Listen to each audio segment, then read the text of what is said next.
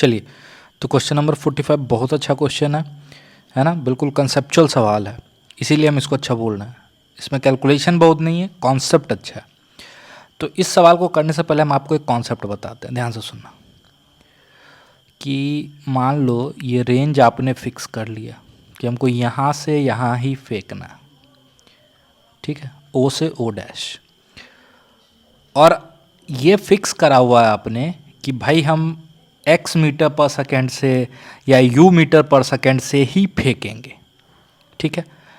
तो अगर आप u से फेंकते हो तो आपके पास दो एंगल होता है, एक थीटा जिस पे यहाँ से यहाँ जाएगा, तो एक और पॉसिबल एंगल है जिस पे ये यहाँ जाएगा, and that is 90 minus theta.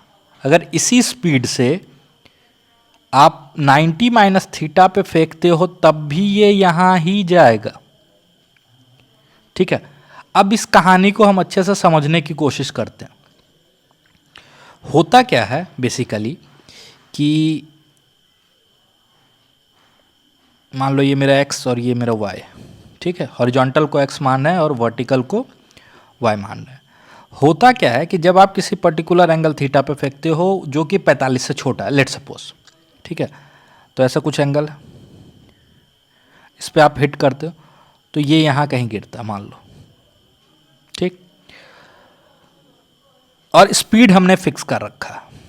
अब अगली बार जैसे जैसे हम एंगल चेंज करते हैं, और ये एंगल जब 45 होता है, बिल्कुल 45, ये एंगल थीटा, थीटा पे ये कुछ रेंज अचीव करा, ठीक है, बिल्कुल ध्यान से सुनिएगा।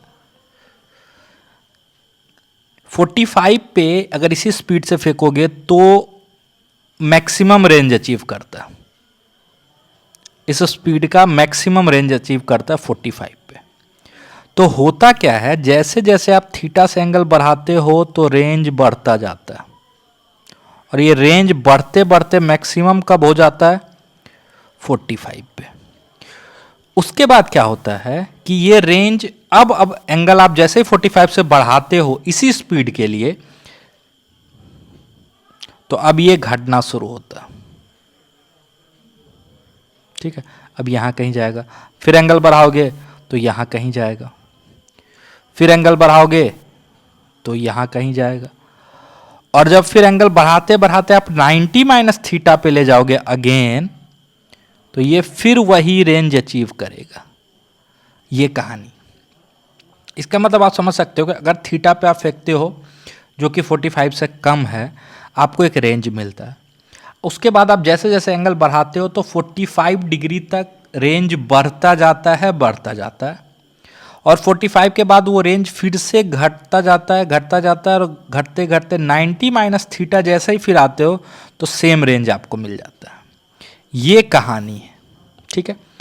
अब इसको यहाँ पे यूज़ करना, इसी चीज़ को यहाँ पे यूज करना, ये बेसिक कॉन्सेप्ट था जो हम इस क्वेश्चन में आपको समझाना चाह रहे थे, ठीक।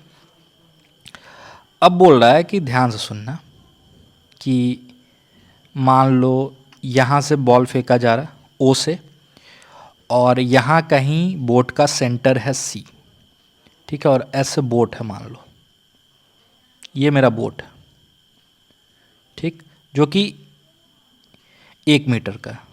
तो ये दूरी हो जाएगा 0.5 और ये दूरी भी हो जाएगा 0.5। इस पॉइंट का नाम हम रख लेते हैं ए, जो बोट का सबसे नियरेस्ट एंड होगा आदमी के तरफ, और इस पॉइंट का नाम रख लेते हैं बी, जो बोट का फारदेस्ट एंड होगा, ठीक है। यानी इस आदमी को ऐसे फेंकना है बेसिकली कि ये ऐसे गिरे, ऐसे गिरे, या ऐसे गिरे, या ऐसे गिरे, या ऐसे गिरे, लेकिन इस बोट में ही गिरना। ये कहानी है।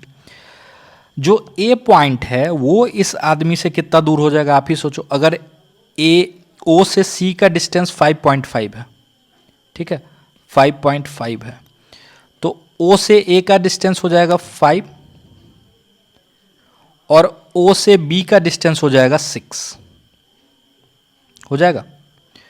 तो बेसिकली हमको सोचना है कि ऐसे प्रोजेक्ट करना है कि ये ए से लेके बी के बीच में ही गिरे, यानी रेंज मिनिमम 5 हो और मैक्सिमम 6 हो, है ना। या तो यहाँ से यहाँ गिरे दैट इज़ 5, या यहाँ से यहाँ गिरे तो बीच में तो अपने आप कवर हो जाएगा 6। यानी 5 से 6 का रेंज हो, 5 से लेके 6 के बीच का कोई भी रेंज हो। तो पहले हम मान लेते हैं कि जब मेरा रेंज 5 था, ठीक है, ए तक पहुंचाने की कोशिश करते हैं, ठीक। तो क्या होगा, ध्यान से सुनो, आप जब पुट करोगे u square sine 2 theta by g equal to 5, u का वैल्यू आपको दिया हुआ 10, तो यहाँ से आ जाएगा sine 2 theta is equal to half, जिससे आपका थीटा का वैल्यू आ जाएगा 15 डिग्री। और सिर्फ 15 पे ही सेम रेंज नहीं आएगा, एक और थीटा आपके पास अवेलेबल हो जाएगा 75 डिग्री, है ना। कंप्लीमेंट्री एंगल पे रेंज क्या होता है, सेम। यानी जब आप 15 पे फेंकोगे तब भी ये यहाँ गिरेगा, और जब आप 75 पे फेंकोगे तब भी ये ए पे ही गिरेगा, ठीक है। अब इसी तरह जब आप बी के लिए कैलकुलेट करोगे, रेंज 6 पुट करोगे, तो आपका थीटा आएगा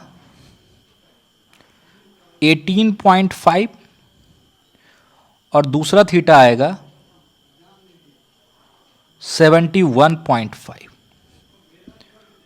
हम कैलकुलेट करके भी दिखा देते हैं, ठीक है, परेशान नहीं होना। मान लो आपको नहीं समझ में आ रहा, u square sine 2 theta by g 6 put करोगे तो यहाँ से आ जाएगा साइन 2 थीटा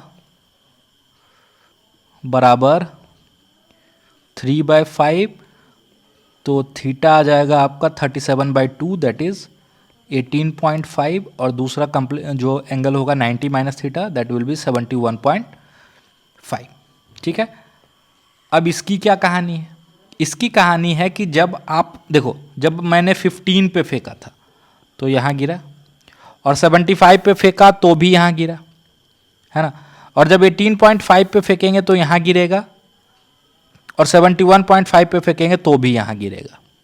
तो असल में होगा क्या, जब आप 10 मीटर पर सेकेंड से 15 के एंगल पे फेंकोगे तो यहाँ गिरेगा, और एंगल बढ़ाते जाओगे तो ये ऐसे बोट में ही गिरता जाएगा अप टू 18.5। उसके बाद ये बोट से बाहर जाना शुरू हो जाएगा, ठीक है, बोट से बाहर ही गिरेगा हर एंगल पे। फिर जब 45 पे फेंकोगे तो मैक्सिमम चला जाएगा, और उसके बाद एंगल बढ़ाओगे 45 से ज़्यादा तो फिर अब अंदर आना शुरू होगा, ठीक है। लेकिन जब आप फिर से 71.5 पे फेंकोगे तब ये यहाँ गिरेगा, ठीक। फिर आप एंगल बढ़ाओगे तो यहाँ कहीं गिरेगा क्योंकि अब नज़दीक आ रहा, और एंगल बढ़ाओगे तो यहाँ गिरेगा, और एंगल बढ़ाओगे तो यहाँ गिरेगा, कुछ ऐसे, है ना। फाइनली तो बेसिकली 15.5 से लेके 18.5 तक ये बोट के अंदर गिरेगा, और फिर 18.5 से लेके 71.5 तक ये बोट के बाहर गिरेगा, और फिर 71.5 पे ये बोट पे गिरेगा, और वहाँ से लेके फिर 75 तक ये बोट के अंदर गिरेगा, और उसके बाद फिर जब आप फेंकना एंगल और बढ़ाओगे तो फिर ये इधर कहीं गिरना शुरू होगा, और 90 पे जहाँ फेंकोगे वहीं गिर जाएगा। तो बेसिकली जो फेवरेबल रेंज होगा वो होगा 15 डिग्री से लेके 18.5 डिग्री, और फिर